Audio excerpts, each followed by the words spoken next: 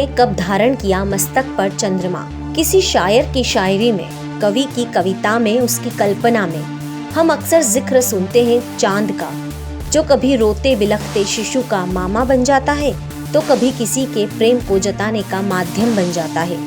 आज बात उसी चांद की। चांद यानी चंद्रमा का जन्म फाल्गुन मास की कृष्ण पक्ष की चतुर्दशी तिथि को माना जाता है। इस दिन शिव पार्वती के विवाह का उत्सव महाशिवरात्रि भी मनाया जाता है। इसी दिन शिव ने चंद्रमा को अपने मस्तक पर धारण किया था। चंद्रमा मन का कारक माना गया है। अग्नि, इंद्र, सूर्य आदि देवों के समान ही सोम यानी चंद्रमा की स्तुति के मंत्रों की रचना भी ऋषि द्वारा की गई है। चंद्रमा को 9 ग्रहों में से एक और देव दोनों माना गया है।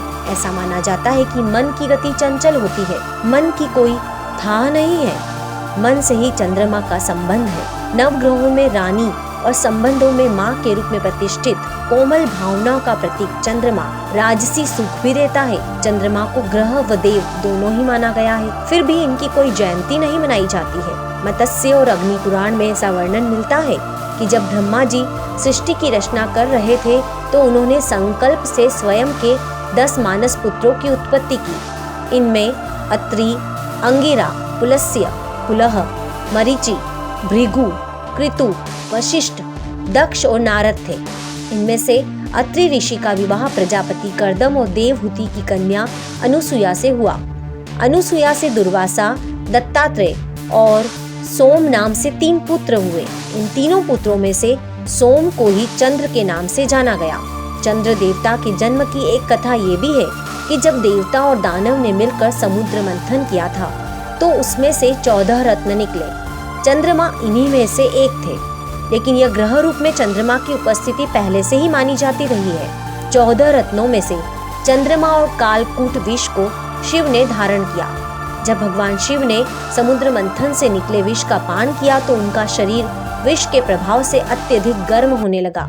ये देखकर चंद्रमा ने उनसे प्रार्थना की कि वह उन्हें मस्तक पर धारण करें और अपने शरीर को शीतलता प्रदान करें ताकि विष का प्रभाव कुछ कम हो जाए। तब शिव ने चंद्रमा को अपने मस्तक पर धारण किया। पौराणिक मान्यताओं के अनुसार पद्म पुराण में भी चंद्रमा का वर्णन मिलता है। ब्रह्मा जी ने अपने मानस पुत्र अत्रि को सृष्टि के विस्तार की आज्ञा दी। ऋषि अत्रि ने अनुत्तर नाम का तप किया। तप करते हुए ऋषि के नेत्रों से जल के कुछ कण टपक पड़े।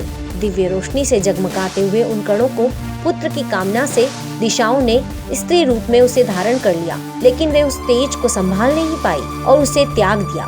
ब्रह्मा जी ने उस त्यागे हुए गर्भ को पुरुष रूप दिया। यही पुरुष चंद्रमा माना गया। चंद्रमा का विवाह दक्ष प्रजापति की 27 नक्षत्र कन्याओं से हुआ, किंतु चंद्रमा रोहिणी के ज्यादा समीप रहते थे। इसे देखकर अन्य कन्याओं ने दक्ष को अपना दुख बताया।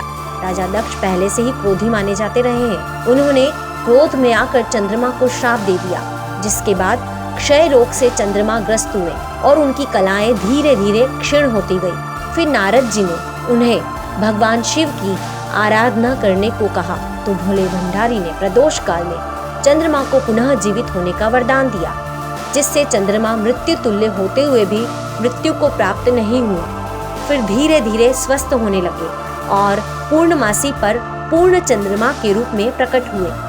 इस तरह चंद्रमा को अपने सभी कष्टों से भगवान शिव की कृपा से मुक्ति मिली। रात के अंधकार को दूर करने वाला चंद्रमा पूर्णिमा के दिन चंद्रमा अपनी 16 कलाओं से पूर्ण होता है। तो ये थी चंद्रमा के जीवन की कहानी धार्मिक मान्यताओं के अनुसार।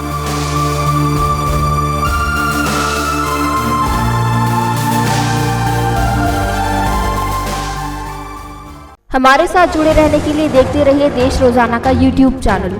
सब्सक्राइब कीजिए, साथ ही देश रोजाना की खबरें सबसे पहले देखने के लिए प्रेस कीजिए बेल आइकन।